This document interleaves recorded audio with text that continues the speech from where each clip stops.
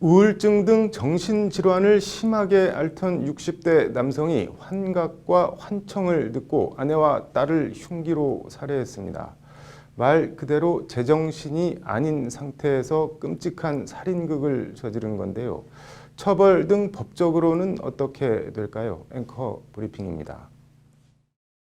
경남 마산에서 벌어진 일이라고 합니다. 60살 이모 씨가 일요일인 지난 7일 오전 8시쯤 자신의 집에서 56살 아내와 29살 딸을 흉기로 무참하게 살해하는 일이 벌어졌다고 합니다. 사건은 범행 이틀 뒤인 어제 알려졌습니다.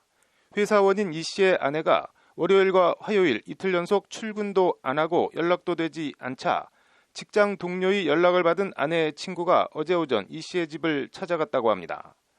아내 친구가 현관문 앞에서 문을 열어달라고 재촉하자 이 씨는 순순히 스스로 문을 열어줬고 집 안에 들어간 아내 친구는 이내 경악을 했습니다.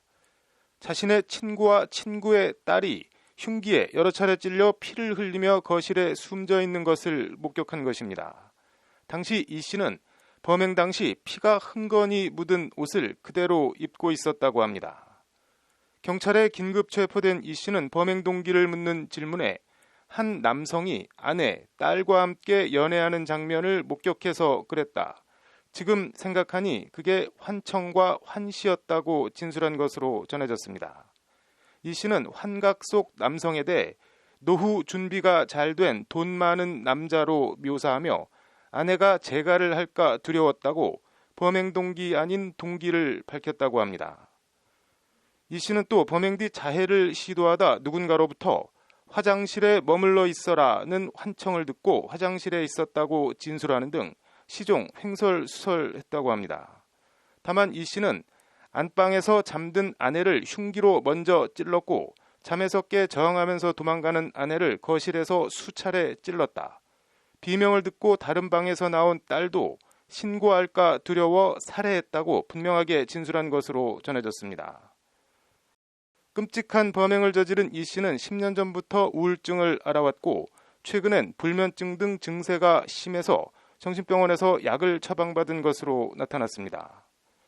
변호사들에 물어보니 아무리 우울증 등 정신병을 앓고 있어도 사람을 죽인다는 인식이 있었던 만큼 살인죄는 성립한다고 합니다.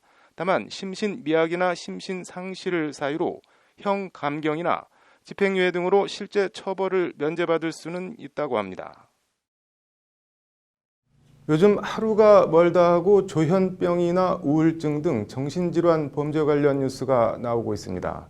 예전에도 이런 현상이 있었는데 보도가 안 됐던 것인지 어떤 연유로 부쩍 정신질환 범죄가 늘고 있는 건지는 모르겠지만 나와 남 모두에게 회복 불가능의 극단적인 피해를 주는 정신질환 범죄 예방을 위한 실효적인 대책 마련이 필요해 보입니다.